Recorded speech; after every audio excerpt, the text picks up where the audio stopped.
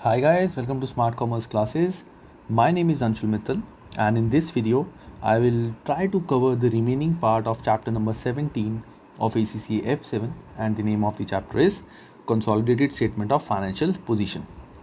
So इससे पहली video में मैंने तुम्हारे को एक क्वेश्चन कराया था जिसके अंदर मैंने सारी जो भी चीज़ें अभी तक हमने इस चैप्टर की करी थी उसका एक कंबाइंड क्वेश्चन कराया था विच आई बिलीव तुम सबको अच्छे से समझ आ गया. सो इस वीडियो में मैं जो इसके जितने भी रिमेनिंग पार्ट्स बचे हैं वो सबका क्या क्या ट्रीटमेंट कैसे कैसे होगा वो तुम्हारे को मैं समझाता हूँ. ज़्यादा डिटेल में बहुत करने की ज़रूरत नहीं है. It's a practical chapter, so will do it practically not theoretically. जहाँ इंपॉर्टेंट होगा वो मैं बता दूंगा. नेक्स्ट टॉपिक जो हमारा यहाँ पे आता है that is fair value of net assets acquired. अब fair value of net assets acquired का मतलब क्या होता है? कई बार क्वेश्चन ऐसा होता है जिसमें हमें लिखा होता है जैसे हमने सब्सिडरी की जब उसको एक्वायर किया तो लेट से बिल्डिंग की वैल्यू जो बुक्स में थी दैट वाज $1,00,000. बुक्स में वैल्यू थी $1,00,000. लेकिन उस बिल्डिंग की हमने जब उसको रीवैल्यू किया, उसको फेयर वैल्यू किया, उसकी वैल्यू थी $1,50,000. तो जब हमने उसको एक्चुअली में एक तरह से देखा कि मार्केट में उसकी वैल्यू कितनी है, फेयर वैल्यू कितनी है, तो वो हमें पता लगी कि ज़्यादा है. तो इस पार्ट का ट्रीटमेंट क्या होगा? और ये जो फेयर वैल्यू ज़्यादा थी that was at the date of acquisition. जिस दिन हमने एक्वायर किया था, एक्विजिशन के टाइम पे बुक्स में वैल्यू थी उसकी 1,00,000 लेकिन फेयर वैल्यू थी उसकी 1,50,000. तो यहाँ पे अब एक सिंपल सा लॉजिक क्या है कि अगर मैं किसी कंपनी को एक्वायर कर रहा हूँ, अगर मैं कोई एसेट ले रहा हूँ तो मैं बुक वैल्यू पे एसेट थोड़ी लूँगा, मैं तो मार्केट वैल्यू पे एसेट लूँगा. अगर एक बिल्डिंग है, बिल्डिंग मैंने 1,00,000 की परचेज़ की थी, आज की डेट में वो 10 करोड़ की बिल्डिंग है, जस्ट एन एग्जाम्पल. तो मैं जब वो बिल्डिंग किसी को दूंगा तो उसे 10 करोड़ के अकॉर्डिंग ही चार्ज करूँगा ना, 1,00,000 तो चार्ज करूँगा नहीं. तो सेम है, अगर उस बिल्डिंग की फेयर वैल्यू ज़्यादा है या कम है, हमें उसी फेयर वैल्यू पे एसेट्स को एक्वायर करना होता है. तो हमारा एक लॉजिक क्या बन जाता है? IFRS 3 requires that the subsidiary assets and liabilities are recorded at their fair value for the purpose of calculation of goodwill and production of consolidated accounts. जब भी हमें consolidated books बनाती होनी है जस्ट consolidated, इंडिविजुअली जब subsidiary अपनी books बनाएगी वहाँ तो बुक वैल्यू दिखाएगी, लेकिन जब हमें कंसोलिडेटेड बुक्स बनानी होती है वहाँ पे हम सब्सिडरी की सारे एसेट्स और लायबिलिटीज जो होती हैं उसको फेयर वैल्यू पे लेते हैं, मार्केट वैल्यू पे लेते हैं, ना कि बुक वैल्यू पे. अभी तक हम क्या करते थे, सीधा सीधा बुक वैल्यू होती थी, दोनों का टोटल कर देते थे. बट यहाँ पे अब हमें सब्सिडरी की देखनी है फेयर वैल्यू. अब फेयर वैल्यू का इफेक्ट क्या होगा, बहुत ध्यान से देखना गाइस. ये सब कुछ कराने की ज़रूरत नहीं है, मैं सीधा सीधा तुम्हें क्रक्स बता रहा हूँ, समझ जाओगे क्योंकि तुमने F3 में भी टॉपिक पढ़ा हुआ है और अभी मैंने लास्ट क्लास में क्वेश्चन भी कराया इसका. सो पॉइंट इज, ये जो फेयर वैल्यू एडजस्टमेंट है, याद रखना this is on the date of acquisition, कि एक्विजिशन की डेट पे एसेट की वैल्यू ऑलरेडी ज़्यादा थी.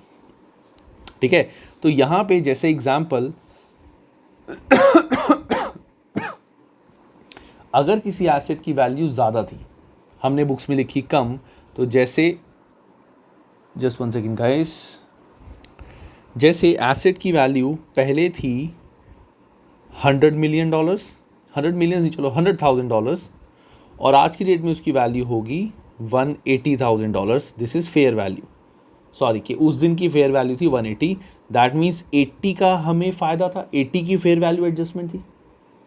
हमने जब बुक्स में लिखी थी 100 बट एक्चुअली में उसकी वैल्यू थी 180, तो 80 से फेयर वैल्यू एडजस्टमेंट होगी. तो फेयर वैल्यू एडजस्टमेंट 80 जो है, जो एसेट की वैल्यू बढ़ी है, उसका इफेक्ट क्या होगा? इस वैल्यू को मैं एक्विजिशन के टाइम पे भी ऐड कर दूंगा और रिपोर्टिंग के टाइम पे भी मैं ये 80 ऐड कर दूंगा. मैं एक्विजिशन के टाइम पे भी ऐड कर दूंगा और रिपोर्टिंग के टाइम पे भी मैं इसको ऐड कर दूंगा. एक तो इफेक्ट इसका ये आएगा. अब इस फेयर वैल्यू एडजस्टमेंट की वजह से अगर एसेट की वैल्यू मैंने $80,000 से बढ़ाई है तो मुझे डेप्रिसिएशन भी $80,000 पे कैलकुलेट करनी पड़ेगी, है ना. अभी तक तो मैं पुरानी वैल्यू पे डेप्रिसिएशन कैलकुलेट कर रहा हूँ बुक्स में, और बुक्स में वो चलती जा रही होगी. लेकिन कंसोलिडेशन के लिए अगर मैं एसेट को फेयर वैल्यू पे कंसिडर कर रहा हूँ तो फेयर वैल्यू पे डेप्रिसिएशन लगानी पड़ेगी. इस पे तो मैं ऑलरेडी लगा रहा हूँ, दैट मीन्स जो एडिशनल 80 है उस पे जितनी भी डेप्रिसिएशन लगेगी वो डेप्रिसिएशन मैं यहाँ से कर दूंगा माइनस, और डेप्रिसिएशन एक्विजिशन के टाइम पे नहीं आएगी क्योंकि एक्विजिशन पे उसकी वैल्यू 180 थी, इस टाइम पे तो उस पर डेप्रिसिएशन लग गई। तो एक्विजिशन के टाइम पे 80 ऐड हो जाएगा, रिपोर्टिंग के टाइम पे 80 तो ऐड होगा ही होगा यहाँ पे, लेकिन उसके ऊपर जो डेप्रिसिएशन है वो यहाँ से माइनस हो जाएगी। पहला इफेक्ट समझ आएगा इस, जब भी एसेट की वैल्यू इंक्रीज होती है तो जो भी फेयर वैल्यू एडजस्टमेंट है हम एक्विजिशन पे भी लिख देंगे, हम रिपोर्टिंग पे भी सेम वैल्यू लिख देंगे। बस रिपोर्टिंग पे फ़र्क क्या होगा, इस पे जो एडिशनल डेप्रिसिएशन लगी है वो मैं माइनस कर दूंगा। ठीक है, इसके बाद एक इफेक्ट मेरा ये होगा। सेकंड इफेक्ट क्या होगा, इस वैल्यू को, इस वैल्यू, इन दोनों वैल्यू का क्या होगा, लेट्स से डेप्रिसिएशन का एग्जांपल मैं 10 ले लेता हूँ, 10 की मैंने एग्जांपल डेप्रिसिएशन ले ली। तो मैं जब अपना वो एसेट जो मेरा है कंसोलिडेटेड स्टेटमेंट में दिखाऊंगा, मतलब पेरेंट सब्सिडरी का कंबाइन करके दिखाऊंगा, तो पेरेंट की जो वैल्यू है, एसेट पेरेंट की वैल्यू प्लस सब्सिडरी की वैल्यू प्लस ये 80, क्योंकि उस एसेट की वैल्यू $80,000 से बढ़ गई थी, और माइनस उस पे आज तक इतनी डेप्रिसिएशन लग गई, ये मेरा जो एसेट है this will go in consolidated balance sheet. समझ आया मैंने क्या बोला, कि एसेट जो भी मेरा इंक्रीज हुआ है उस इंक्रीज को मैं, और ये इंक्रीज गाइस ध्यान से सुनना, ये इंक्रीज कोई ऐसा नहीं है कि मैंने एसेट को ले लिया, कंपनी खरीद ली, उसके बाद उसकी वैल्यू बढ़ी है, उसके बाद नहीं बढ़ी, fair value adjustment at the time of acquisition, के जब एक्वायर किया था उसी दिन उसकी मार्केट वैल्यू ज़्यादा थी, तो वो ज़्यादा वैल्यू मैं एक्विजिशन पे भी दिखाऊंगा, रिपोर्टिंग पे भी दिखाऊंगा, इसके ऊपर जो भी डेप्रिसिएशन लगेगी वो मैं माइनस कर दूंगा, एंड देन एक इफेक्ट तो मेरा ये आ गया, बाकी सारी कैलकुलेशन एज इट इज चलती रहेंगी, ऐसे ही हमारा एक्विजिशन, गुडविल, वो सब कुछ निकल जाएगा। दूसरा इफेक्ट क्या होगा, इस 80 को मैं एसेट की कॉस्ट में ऐड कर दूंगा, और जो इस पे डेप्रिसिएशन लगी है उसको मैं उस एसेट के टोटल में से माइनस कर दूंगा। ठीक है, दैट्स इट, और कुछ नहीं है इसमें, ये पढ़ने की ज़रूरत नहीं है गाइस, ये मैंने तुम्हें सारा बता दिया। तो ये जो टेस्ट और अंडरस्टैंडिंग है, इसका जस्ट मैं तुम्हें एग्जाम्पल देके बता देता हूँ। जैसे देखो यहाँ पे लिखा हुआ है, at acquisition fair value of Spearmint's plant exceeded its book value by $200,000, कि जिस दिन हमने उसको एक्वायर किया था प्लांट की वैल्यू $200,000 से एक्सीड कर रही थी। तो पहले उसकी वैल्यू कितनी थी प्लांट की, स्पीयरमेंट की 1500, लेकिन हमारी $200,000 से एक्सीड कर रही है, तो प्लस $200,000 में यहाँ पे कर दूंगा, माइनस इस पे 1 साल की डेप्रिसिएशन। ठीक है, अब डेप्रिसिएशन यहाँ पे होगा, पक्का लिखा होगा, for many years Pearmint has been selling some product to this the date of acquisition of the directors. अच्छा, ये तो ब्रांड के बारे में बताया हुआ है। The remaining useful life of plant is 5 years, तो $200,000 डिवाइड बाई 5, दैट मीन्स 40,000, तो डेप्रिसिएशन 40 की मैं यहाँ से माइनस कर दूंगा। ठीक है, क्योंकि हमने एक्वायर कब किया था इसको,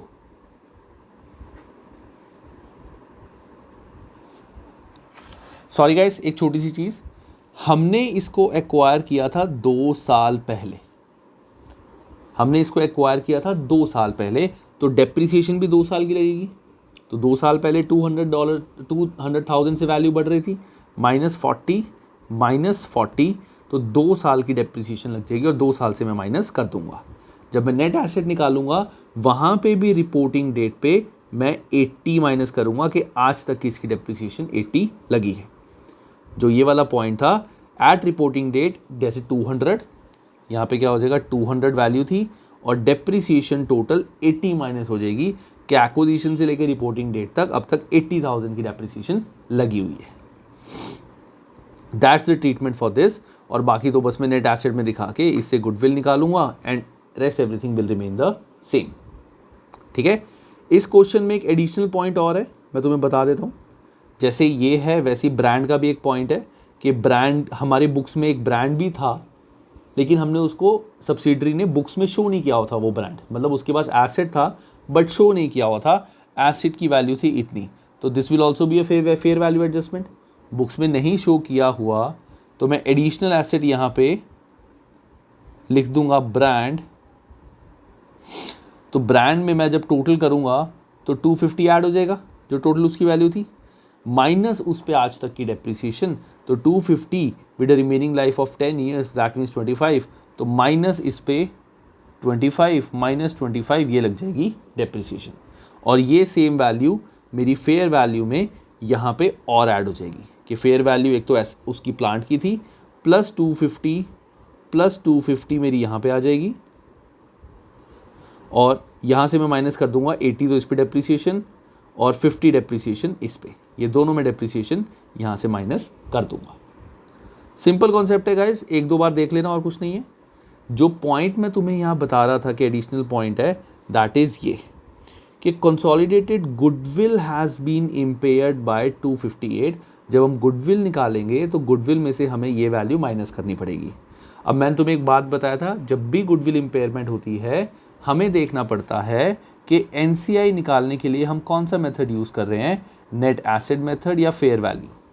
अगर तो फेयर वैल्यू यूज़ कर रहे हैं तो ये जो इम्पेयरमेंट है इसमें होल्डिंग की परसेंटेज ग्रुप में से माइनस हो जाएगी और सब्सिडरी की परसेंटेज एनसीआई में से माइनस हो जाएगी। और अगर हम नेट एसेट मेथड यूज़ कर रहे हैं तो सारी की सारी वैल्यू हमारी होल्डिंग में से माइनस हो जाती है। ये मैंने कराया हुआ है पीछे टॉपिक, एक बार रिवाइज कर लेना इसको, ठीक है। तो ये टॉपिक यहाँ पे एडिशनल है। इट वुड बी बेटर कि क्वेश्चन तुम होमवर्क में करो and also look at the solution. इसका सॉल्यूशन भी ज़रूर ध्यान से देखना, तभी ये क्वेश्चन अच्छे से कर पाओगे। और एक बार कर लिया क्वेश्चन तो आसान है, मक्खन है, कुछ भी नहीं, ठीक है। अब इसके बाद हमारा नेक्स्ट पॉइंट आता है, that is post acquisition revaluation. Post acquisition revaluation, subsidiary को मैंने इस डेट को एक्वायर किया, ठीक है, और यहाँ से लेके यहाँ तक बीच में कहीं मेरे एसेट की वैल्यू बढ़ गई। हमने अभी जो फेयर वैल्यू एडजस्टमेंट करा था वो था कि यहीं पे वैल्यू बढ़ी हुई है, स्टार्टिंग से ही बढ़ी हुई थी, बट ये पॉइंट कह रहा है पोस्ट एक्विजिशन रीवैल्यूएशन के परचेज करने के बाद बीच में कहीं पे इसके एसेट की वैल्यू बढ़ गई। अब अगर बीच में एसेट की वैल्यू बढ़ गई, इसका क्या इफेक्ट होगा? So this is very very simple, बहुत सिंपल। हम सिंपल ये जर्नल एंट्री करेंगे और इस जर्नल एंट्री का इफेक्ट डाल देंगे। क्या इफेक्ट आएगा? Revaluation will be shown as follows. हमारा सबसे पहली बात, जो भी एसेट रीवैल्यू हुआ है उस एसेट में मैं इसको ऐड कर दूंगा, सो ये वैल्यू मेरी एसेट में ऐड हो जाएगी, फर्स्ट इफेक्ट। सेकेंड इफेक्ट इसका क्या होगा, जो मेरा रीवैल्यूएशन सरप्लस होता है, दैट मीन्स जो मेरी ग्रुप रिटेन्ड अर्निंग है, जो मेरी ग्रुप रिटेन्ड अर्निंग होगी उसमें मैं ग्रुप का शेयर ऐड कर दूंगा और एनसीआई में मैं एनसीआई का शेयर ऐड कर दूंगा। तो मैं एसेट की वैल्यू पूरी बढ़ा दूंगा बुक्स में, और जो उस बेनिफिट में मेरा रीवैल्यूएशन का उसमें जाएगा ग्रुप में कौन सा जाता है, जो हमने एक्वायर किया शेयर। तो जितनी भी एसेट की वैल्यू बढ़ी है, एक तरह से बेनिफिट हो गया, एक तरह से प्रॉफिट हो गया। उस प्रॉफिट में जितना ग्रुप का शेयर है वो ग्रुप के शेयर में ऐड हो जाएगा, और जितना शेयर एनसीआई का है वो एनसीआई में ऐड हो जाएगा।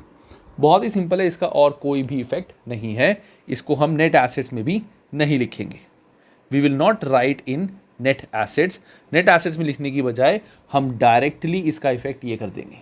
जब हम ग्रुप रिटेन्ड अर्निंग करेंगे, ग्रुप रिटेन्ड अर्निंग में जो भी हमारी रिटेन्ड अर्निंग थी प्लस पोस्ट एक्विजिशन जो भी हुआ प्लस रिटेन्ड अर्निंग में रीवैल्यूएशन में जो भी शेयर था वो भी ऐड हो जाएगा। सिंपल तरीका, तुम ऐसे भी कर लोगे तो मार्क्स नहीं कटेंगे। कई बच्चे इस रीवैल्यूएशन को रूट करते हैं थ्रू पोस्ट एक्विजिशन, वहाँ से भी कर सकते हैं। कैसे?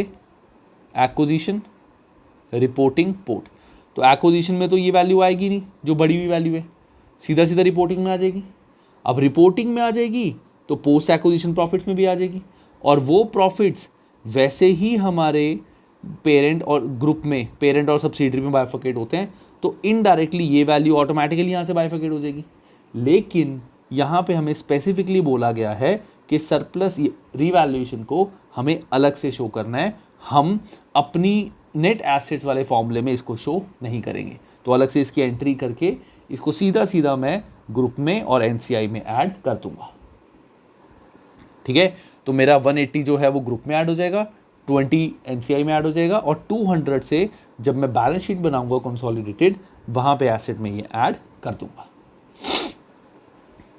ठीक है, सिंपल है, कुछ भी नहीं है, 2-3 बार देखना समझ आ जाएगा, not at all difficult. Then guys हमारा नेक्स्ट टॉपिक आता है, that is intra group trading. Sorry guys, मुझे एकदम से जुकाम हो गया ये।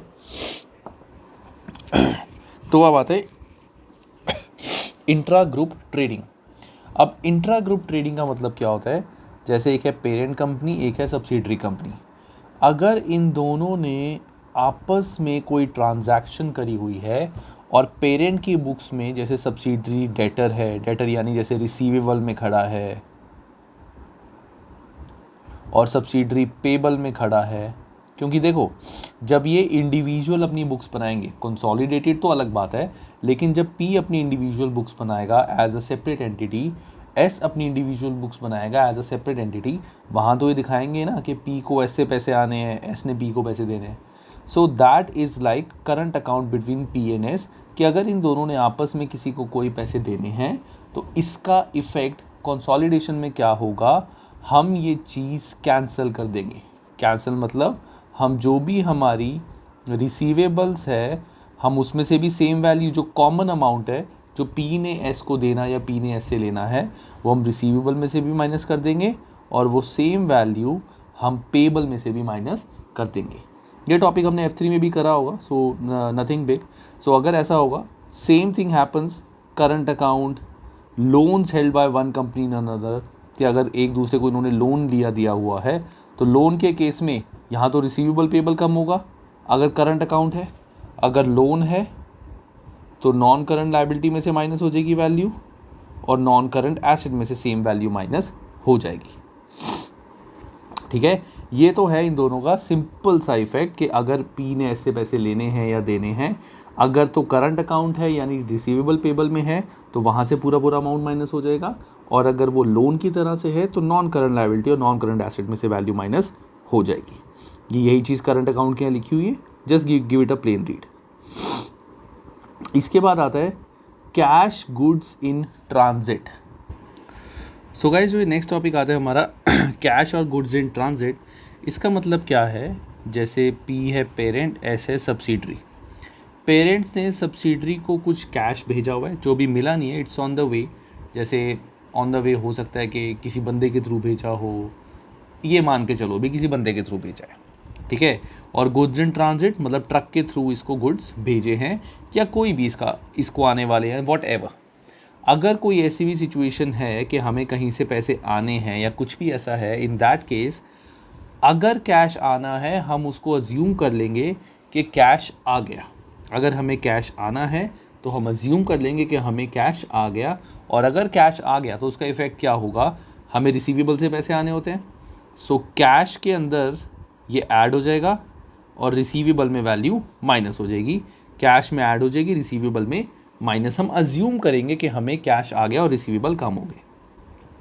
और दूसरा केस सेम, अगर गुड्स इन ट्रांजिट है हमारा कि हमें गुड्स आने थे, हम अज्यूम करेंगे गुड्स आ गए, दैट मीन्स इन्वेंट्री बढ़ गई और हमारे पेबल्स भी बढ़ गए। Payables is a liability, liability भी बढ़ गई कि हमने क्रेडिट पे गुड्स परचेज करें। इन ट्रांजैक्शन का ये इफ़ेक्ट होगा। ये होने के बाद हम चेक करेंगे कि अगर कोई भी करंट अकाउंट है पेरेंट और सब्सिडरी का तो उसको आपस में एडजस्ट करना है। पहले तो अगर कुछ भी लिखा होगा कि कैश इन ट्रांजिट है या गुड्स इन ट्रांजिट है, तो कैश इन ट्रांजिट होगा तो उसको कैश में ऐड कर देंगे और रिसीवेबल में माइनस कर देंगे।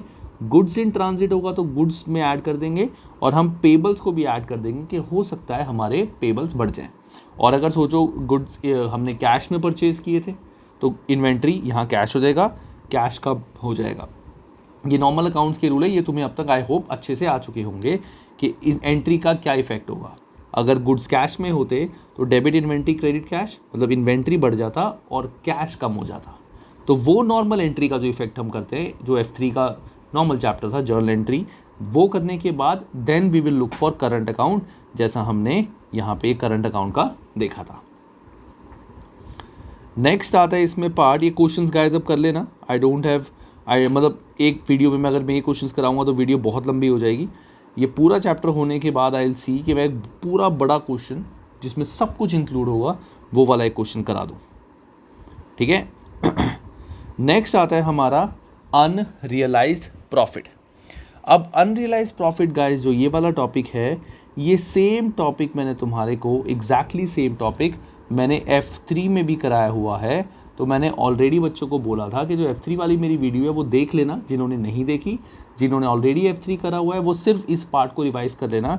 This is 99% same as like we did in F3 unrealised profit, ठीक है। अब अनरियलाइज्ड प्रॉफिट होता क्या है मैं तुम्हें बता देता हूँ। What is unrealised profit? Unrealised profit is, so unrealised profit basically क्या होता है ऑलरेडी हमने करा हुआ, बट मैं जल्दी से बता देता हूँ। जैसे फॉर एग्जाम्पल पेरेंट ने सब्सिडरी को कुछ गुड्स सेल किए, मैंने बताया था कि जो ये कंपनी है, ये जो चीज़ें हैं, these are separate legal entities, but consolidation में हम इसको कंबाइन करते हैं, बट वैसे ये सेपरेट है। तो अगर पेरेंट कंपनी ने सब्सिडरी को कुछ गुड्स सेल किए थे, लेट्स से उस गुड्स की कॉस्ट थी 1000 और उसने सब्सिडरी को सेल किए 1500 के, तो पहली बात सब्सिडरी की बुक्स में इन्वेंट्री 1500 आ रही होगी और इसने सेल दिखाई होगी टोटल 1500 की। तो सबसे पहली चीज़ हमें यहाँ पे क्या करनी पड़ेगी, तो हो सकता है इसकी बुक्स में रिसीवेबल और पेबल ऐसा कुछ आ रहा हो, तो पहले तो हमें रिसीवेबल और पेबल ख़त्म करना पड़ेगा, पहली चीज़। दूसरा, ये जो गुड्स है, एक अगर मैं कंसोलिडेटेड बुक्स बना रहा हूँ, मतलब हम एक ही कंपनी है एक तरह से, तो क्या मैं अपनी एक पॉकेट से दूसरी पॉकेट में चीज़ प्रॉफिट में सेल कर सकता हूँ? अपनी चीज़ है मेरी, अपने आप को थोड़ी मैं प्रॉफिट में सेल करूँगा। तो जो ये मेरा 500 का अनरियलाइज्ड प्रॉफिट है, अनरियलाइज्ड प्रॉफिट का मतलब होता है कि ये अभी रियलाइज़ नहीं हुआ, ये एसेट आगे बिका नहीं है, एस ने ये एसेट अभी बेचा नहीं है। इन्वेंट्री में जितना भी इसके स्टॉक पे प्रॉफिट लग के वैल्यू आई हुई है, उस प्रॉफिट को हमें यहाँ से हटाना पड़ेगा। हम कंबाइंड में अब जब इसकी इन्वेंट्री प्लस इसकी इन्वेंट्री करूँगा, तो इसकी इन्वेंट्री के अंदर इस वाले पार्ट को जिसमें 500 प्रॉफिट ऑलरेडी इंक्लूड करा हुआ है, वो मैं ग्रुप इन्वेंट्री में से माइनस कर दूंगा कि ये मेरा अनरियलाइज प्रॉफिट है, कि ये हमने प्रॉफिट कमाया थोड़ी है, एक जेब से दूसरी जेब में सामान भेजेंगे, प्रॉफिट पे थोड़ी कमाएंगे। तो ये profit, it is also called provision for unrealised profit. तो हमें ये प्रॉफिट को हटाना पड़ेगा। The key is that we need to remove this profit by creating a provision for unrealised profit, that means PUP। तो हम सबसे पहले क्या करेंगे, करंट अकाउंट कैंसिल करेंगे। Second, where the goods are still held by group entity, any unrealised profit must be cancelled. कि अगर मान लो कॉस्ट पे P ने S को बेचे ड्यूरिंग द ईयर और S ने वो चीज़ आगे सेल कर दी, गुड्स सारे के सारे सेल कर दिए, तो इसके पास तो इन्वेंट्री में कुछ बचा ही नहीं है, इसके पास तो ये इन्वेंट्री में है ही नहीं, ये गुड्स तो इसने आगे सेल कर दी। तो जब हम कंबाइंड इन्वेंट्री बनाएंगे, कंबाइंड इन्वेंट्री में तो वो गुड्स ही नहीं है, तो क्या मैं अनरियलाइज प्रॉफिट माइनस करूँगा, वो गुड्स तो बिक गए, है ना। लेकिन अगर अभी भी S की इन्वेंट्री में वो गुड्स 1500 के पड़े हैं और P के ऑलरेडी 2000 के गुड्स हैं, तो जब मैं कंबाइन करूँगा इन्वेंट्री टोटल, तो दिस प्लस दिस माइनस जो ये अनरियलाइज प्रॉफिट था कि इस पे जो 500 का प्रॉफिट है, ये इसी ने सेल करके इस पे कमाया हुआ है, तो ये मैं अनरियलाइज प्रॉफिट यहाँ से माइनस कर दूंगा। So that is called unrealised profit. तो यहाँ बस इसमें यही बताया हुआ है, ये सारा मैंने ऑलरेडी कराया हुआ है।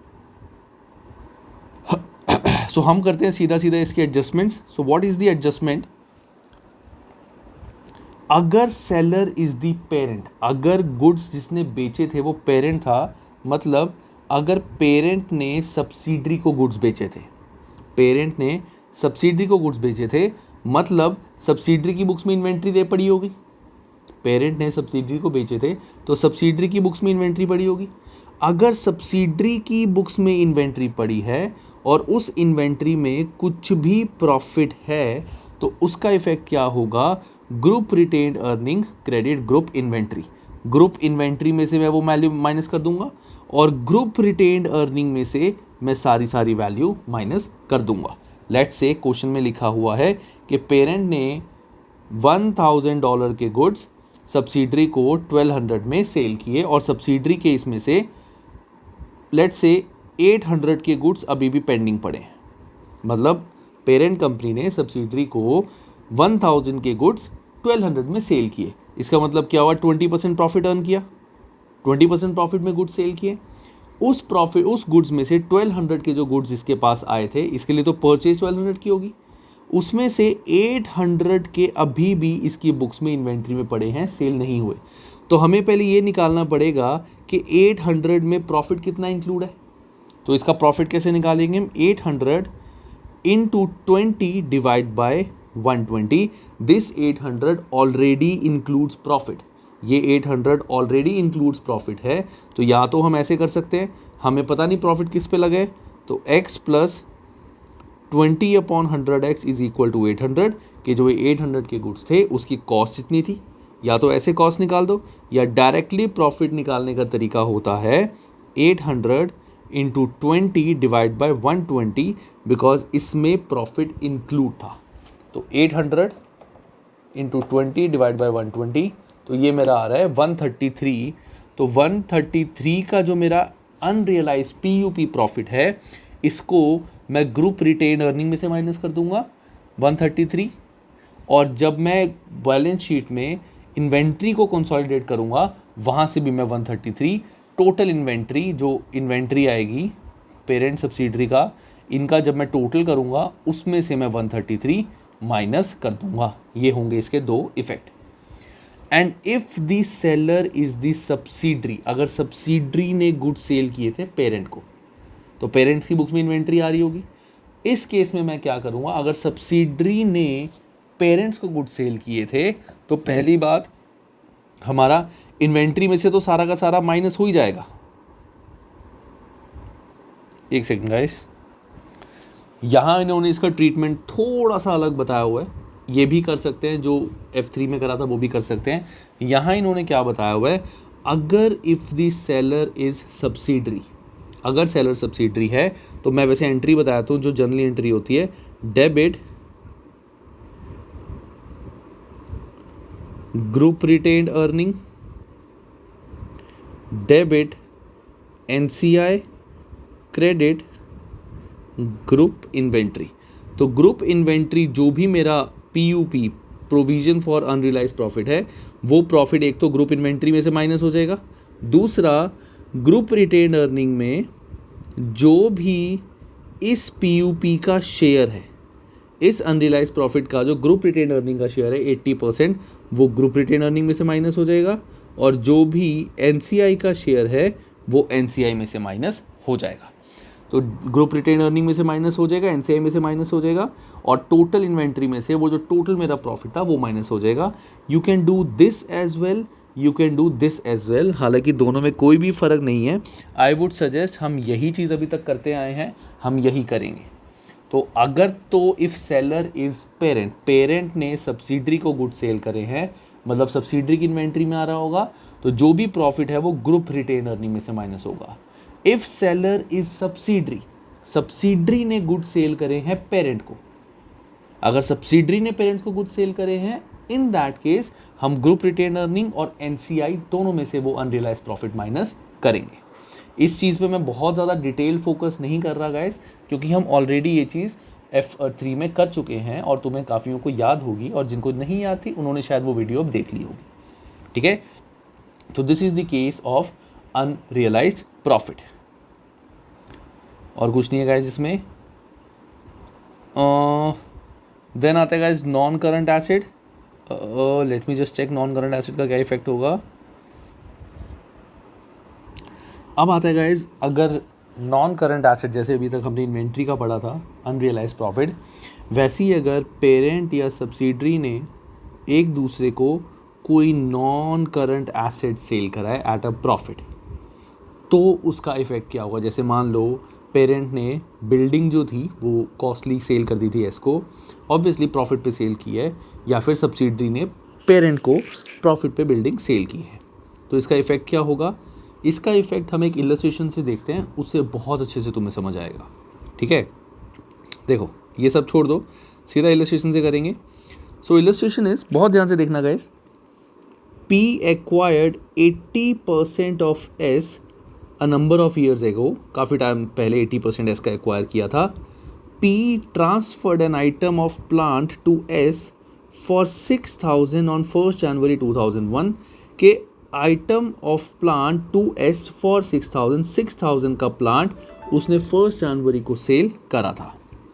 The plant originally cost P 10,000 and had original useful life of 5 years के जो P था यानी पेरेंट कंपनी था, पेरेंट ने सब्सिडरी को सेल किया था, पेरेंट ने उसको 10,000 का एक्वायर किया था 5 साल पहले, life of 5 years when purchase 3 years ago. इस डेट को ध्यान से 1st जनवरी को उसने सेल किया था और 1st जनवरी से पहले 3 साल हो चुके थे परचेज को. उसने 5 years की उसकी लाइफ है. व्हेन परचेज 3 years ago, इस डेट से 3 साल पहले इसको परचेज किया था. दैट मीन्स 1st जनवरी को अगर मैं बोलूँ डेप्रीसिएशन 5 तो 2,000 पर ईयर, तो 2,000 इंटू 3 यानी 6,000 की ऑलरेडी डेप्रीसिएशन लगी हुई है. तो कॉस्ट थी. अब सबसे पहले मैं लिखूँगा विदाउट ट्रांसफ़र. अगर मैं ये मान के चलता हूँ कि एसेट मैंने सेल ही नहीं करा, वैसे सेल करा है बट अगर मैं मान के चलता हूँ एसेट मैंने सेल ही नहीं करा, तो मेरी बुक्स में क्या होता, तो कॉस्ट थी मेरी 10,000, 1st जनवरी तक उस पर डेप्रिसिएशन लगी हुई 6,000, तो कैरिंग अमाउंट आज का कितना आ गया 4,000 यानी 1st जनवरी का. उसके बाद 31 दिसंबर 2001 जब ये साल भी ख़त्म हुआ, एक साल की हाफ छोड़ दो, ऐसे लिखा हुआ है, एक साल की और डेप्रिसिएशन लगी 2,000. तो अगर मैंने एसेट को सेल ना किया होता तो मेरी बुक्स में आज उसकी वैल्यू होती 2,000. अगर मैंने एसेट को विदाउट ट्रांसफ़र ना सेल किया होता तो आज की डेट में एज ऑन 31 दिसंबर मेरी बुक्स में वैल्यू होती 2,000. ठीक है. विद ट्रांसफ़र अब सेल करने के बाद सब्सिडरी ने अपनी बुक्स में क्या लिखा होगा, सब्सिडरी ने कितने का परचेज किया उसको 6,000 का, तो एक तरह से सब्सिडरी ने परचेज किया 6,000 का. 6,000 परचेज करके अब देखो 6,000 का उसने परचेज किया, एसेट की लाइफ थी 5 years, 3 साल वो ऑलरेडी यूज़ हो रखा था. दैट मीन्स 2 साल की लाइफ बची थी. The useful economic life of the asset has not change as the result of transfer. Transfer की वजह से एसेट की लाइफ में कोई चेंज नहीं आया. दैट मीन्स एसेट की लाइफ सिर्फ 2 साल की बची थी. तो 6,000 का सब्सिडी ने एक्वायर किया था, 2 साल की उसकी लाइफ बची थी. That means per year depreciation is 3,000. तो 1st जनवरी को जब सब्सिडी ने एक्वायर किया, अपनी बुक्स में परचेज डाल दी इतने की, 31 दिसंबर को सब्सिडी ने लिख दिया कि इतनी मेरी डेप्रिसिएशन लग के ये मेरा सब्सिडरी के अकॉर्डिंग कैरिंग अमाउंट है. मतलब अगर मैं एसेट को ट्रांसफ़र ना करता तो वैल्यूज़ ये आती, ट्रांसफ़र करने के बाद वैल्यूज़ ये आई हैं. तो मैंने डिफरेंस निकाल दिया with transfer minus without transfer. That means this minus this, with transfer minus without transfer. तो 6,000 माइनस 4,000 2,000, 3,000 दिस माइनस 1,000 और ये आ गया मेरा कैरिंग अमाउंट. मतलब ध्यान से, कैरिंग अमाउंट ऑफ एसेट मेरा 2,000 का डिफरेंस है, डेप्रीसिएशन मेरा 1,000 का डिफरेंस है और नेट कैरिंग अमाउंट आज की डेट का मेरा 1,000 का डिफरेंस है. तो यहाँ पे इसका इफेक्ट क्या होगा, देखो ध्यान से देखना गाइस. पेरेंट ने सब्सिडरी को सेल करे हैं एसेट. हम ये मानेंगे जब ग्रुप बनाते हैं कि एसेट सेल ही नहीं हुआ, हम क्या मानेंगे कि एसेट तो सेल ही नहीं हुआ. हमने सिर्फ ये मानना है कि एसेट सेल ही नहीं हुआ. तो सेल नहीं हुआ मतलब कि जो ये 2,000 का प्रॉफिट पेरेंट कंपनी ने अपनी बुक्स में दिखाया होगा कि पेरेंट ने 4,000 की उसकी बुक्स में अमाउंट था, उसने 6,000 का सेल कर दिया. दैट मीन्स 2,000 का जो उसने प्रॉफिट दिखाया हुआ है ये हम ग्रुप रिटेन्ड अर्निंग में से माइनस कर देंगे पेरेंट की, क्योंकि पेरेंट ने इतना प्रॉफिट दिखाया हुआ है. पहली बात तो ये गाइस है ना. उसके बाद सब्सिडरी ने अपनी बुक्स में जो डेप्रिसिएशन थी, ध्यान से, सब्सिडरी ने जो अपनी बुक्स में डेप्रिसिएशन थी वो कितनी दिखाई होगी 3,000, जबकि कंसोलिडेटेड में डेप्रिसिएशन तो कम लगनी थी, 2,000 लगनी थी. सब्सिडरी ने डेप्रिसिएशन दिखाई है अपनी बुक्स में 3,000, लेकिन एक्चुअली तो अगर हम ग्रुप बना रहे हैं तो इसका हमें नलीफाई करना है तो डेप्रिसिएशन तो 2,000 लगनी चाहिए. तो 1,000 हम इसको वर्किंग नोट 2 में जो रिटेन्ड वो होता है हमारा रिपोर्टिंग में, एक होता है हमारा ऑन एक्विजिशन और रिपोर्टिंग। वर्किंग नोट 2 में रिपोर्टिंग में हम इस डेप्रिसिएशन को ऐड कर देंगे, we can write excess depreciation charge, एक इफेक्ट ये आएगा। और लास्ट इफेक्ट गाइज ये आएगा, मेरी बुक्स में एसेट होना चाहिए, जो एसेट की वैल्यू है फिक्स एसेट की होनी चाहिए 2000, मैंने दिखाई हुई है ज़्यादा, तो 1000 से मैं जो नॉन करंट एसेट की वैल्यू है वो माइनस कर दूंगा। तो नॉन करंट एसेट की वैल्यू में माइनस कर दूंगा 1000। ग्रुप रिटेन्ड अर्निंग में मैं 2000 माइनस कर दूंगा, क्योंकि पेरेंट कंपनी ने अपना प्रॉफिट दिखाया होगा सेल पे 2000 का, तो ग्रुप रिटेन्ड अर्निंग में से माइनस हो गया। ध्यान से सुनना गाइस, पेरेंट ने जब सब्सिडरी को गुड सेल करे होंगे तो पेरेंट ने अपनी बुक्स में प्रॉफिट दिखा दिया होगा, पहले वो प्रॉफिट माइनस कर दूंगा। सब्सिडरी ने जो एक्सेस डेप्रिसिएशन दिखाई है, वो जब मैं सब्सिडरी का नेट एसेट निकालता हूँ तो रिपोर्टिंग वाले टाइम पे, जो एक होता है on acquisition on reporting, reporting पे मैं इसको 1000 को वहाँ पे ऐड कर दूंगा, क्योंकि ये एक तरह से एडिशनल प्रॉफिट हो गया। और थर्ड इफेक्ट क्या होगा, करंट नॉन करंट एसेट में जो मैंने एडिशनल एसेट की वैल्यू ज़्यादा दिखाई हुई है, बुक्स में आज की डेट में दिखाई हुई है 3000, जबकि अगर मैं इसको मानता हूँ कि सेल नहीं हुई तो आएगी 2000, तो 1000 में नॉन करंट एसेट में से माइनस कर दूंगा।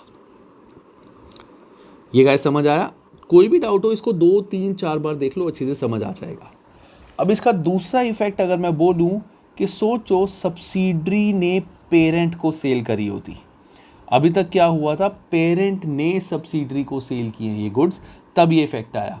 अब सोचो सब्सिडरी ने अगर पेरेंट को सेल की होती तो क्या चेंज आता, बहुत ज़्यादा सिंपल है गाइस। अब अगर सब्सिडरी ने पेरेंट को सेल की है, दैट मीन्स सब्सिडरी ने अपने प्रॉफिट दिखाए होंगे 2000, कि सब्सिडरी की बुक्स में कैरिंग अमाउंट था 4000, उसने सेल कर दिया 6000 का, दैट मीन्स 2000 का प्रॉफिट दिखाया होगा। तो वर्किंग नोट 2 में जो हमारा वो बनता है reporting year on the date of acquisition on the date of reporting, reporting year में मैं ये प्रॉफिट माइनस कर दूंगा। सब्सिडरी की बुक्स में मैं रिपोर्टिंग प्रॉफिट में ये वाली वैल्यू माइनस कर दूंगा। क्यों माइनस करूंगा, क्योंकि सब्सिडरी ने अपने प्रॉफिट ज़्यादा दिखा दिए थे। तो वर्किंग नोट 2 में एज ऑन रिपोर्टिंग सब्सिडरी वाली जो उसने एडिशनल प्रॉफिट दिखाया हुआ है ये माइनस हो जाएगा। अब होल्डिंग ने, ध्यान से, होल्डिंग ने जब उसने एसेट परचेज किया होगा उसने डेप्रिसिएशन ज़्यादा दिखाई होगी, जबकि होल्डिंग को डेप्रिसिएशन दिखाने से कम, तो होल्डिंग को फ़ायदा हो गया। तो ग्रुप रिटेन्ड अर्निंग में मैं 1000 ऐड कर दूंगा, क्योंकि होल्डिंग ने अपने प्रॉफिट कम कर दिखाए थे, क्योंकि डेप्रिसिएशन ज़्यादा क्लेम करी थी, तो उसके प्रॉफिट बढ़ जाएंगे। और नॉन करंट एसेट की वैल्यू मेरी ये तो सेम 1000 से कम हो जाएगी कि मैंने एसेट की वैल्यू ज़्यादा दिखा दी। इसको रट्टा मत मारना गाइस, रट्टा मारोगे तो कंफ्यूज हो जाओगे। रट्टा नहीं मारना, समझ के करना माइंड में। अगर सब्सिडरी ने पेरेंट को सेल करा है, दैट मीन्स सारा का सारा ट्रांसफर प्रॉफिट सब्सिडरी ने दिखाया होगा। तो सब्सिडरी मतलब वर्किंग नोट 2 में रिपोर्टिंग, वहाँ पे मैं इसको माइनस कर दूंगा।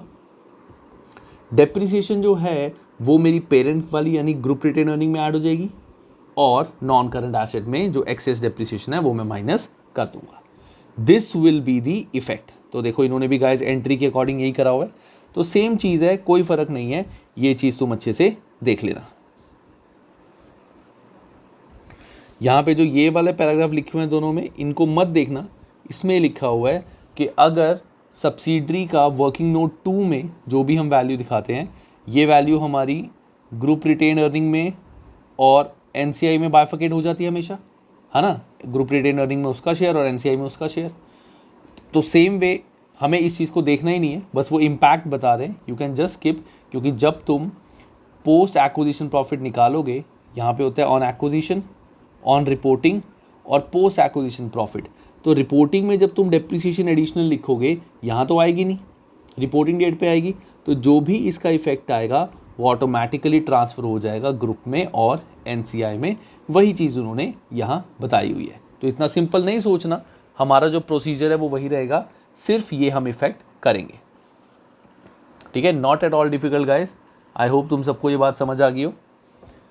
लास्ट टॉपिक हमारा जो इस चैप्टर का आता है, that is mid year acquisition. तो मिड ईयर एक्विजिशन गाइस मैंने F3 में कराई हुई है, तो आई वुड रेकमेंड इसको वहीं से एक बार रीड कर लो। इट्स गुड कि वहीं से पढ़ लो, यहाँ पे कराने का कोई फ़ायदा नहीं है, मैंने ऑलरेडी वहाँ पे अच्छे से कराया हुआ है। देयर इज़ नो पॉइंट मैं पूरा डिटेल में इसको यहाँ पे कराऊँ। तो F3 की जो लास्ट वीडियो है उसमें मीडियर एक्विजिशन है, उसको अच्छे से देख लेना, और इसके बाद ये चैप्टर हमारा हो जाता है ख़त्म। ठीक है, अब आता है analysis of company with in group, this is theory. तो एक बार इसको वैसे ही पढ़ लेते हैं, देखते हैं इसमें से कुछ निकलता है कि नहीं, और ये चैप्टर हमारे यहाँ ख़त्म हो जाएगा। So the FR examination may contain a question involving the analysis of company which is a part of group, while intra-group transaction will be removed from consolidated financial statements. These will not be removed from individual financial statement. Therefore, extra attention must be paid to transactions which may not be at market value or may be lost if company is removed from the group. That includes inter-group loans. These may be at a low interest which may change if company removed from the group. इसको guys you can just skip, इसको skip कर दो, मैं देख लूँगा अगर इसमें कुछ इंपॉर्टेंट पार्ट है, बट इसको अभी के लिए स्किप कर दो। तुम सीधा सीधा जो मैंने पॉइंट्स बताए उसको अच्छे से करके, जितने भी इसमें बड़े बड़े क्वेश्चंस हैं वो सारे क्वेश्चंस खुद कॉपी में सॉल्व करना। This is very important guys, you have to solve the questions in copy. Copy में सॉल्व नहीं करोगे कुछ समझ नहीं आएगा।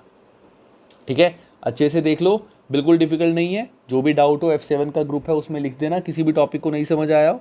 बट एक चीज़ ध्यान से रखना, जो भी टॉपिक मैंने कराया है हो सकता है इन वन गो तुम्हें समझ ना आए, किसी को भी नहीं आ सकता। ठीक है, नया टॉपिक है, कॉन्सेप्चुअल है, इट टेक्स टाइम। तो वीडियो को 2-3 बार देखो, ब्रेक लगा के देखना। ऐसा नहीं है कि हाँ अभी देख ली दोबारा विद इन 10 मिनट्स। अभी देखो, आधे घंटे बाद देखो, और आधे घंटे बाद देखो। अगर कोई टॉपिक नहीं समझ आ रहा, तुम खुद देखना, तुम्हें थर्ड टाइम वो टॉपिक समझ आ जाएगा, बहुत अच्छे से लर्न हो जाएगा तुम्हें वो टॉपिक कि अच्छा इसका ये इफेक्ट है। ब्रेक लगा के करना and you will see the difference. ठीक है, चलो गाइस, आज वीडियो इतनी ही, और ये देख लो, और ये चैप्टर खत्म हो गया, और I will start with the next chapter. अब इसका क्वेश्चन मैं करा दूंगा। पहले आई वुड सजेस्ट तुम सारे इसके बड़े बड़े क्वेश्चंस करो, सॉल्यूशन से देख के समझो। If you are able to solve the big questions that's really good, तुम वो क्वेश्चंस खुद कर सकते हो। अगर प्रॉब्लम आ रही है तो मुझे कमेंट्स में या ग्रुप में बताना, मेरे को टैग करके, so that I can see कि मुझे टैग किया हुआ है। Then I will definitely make a big question की वीडियो। ठीक है, चलो guys, bye, take care and have a good time.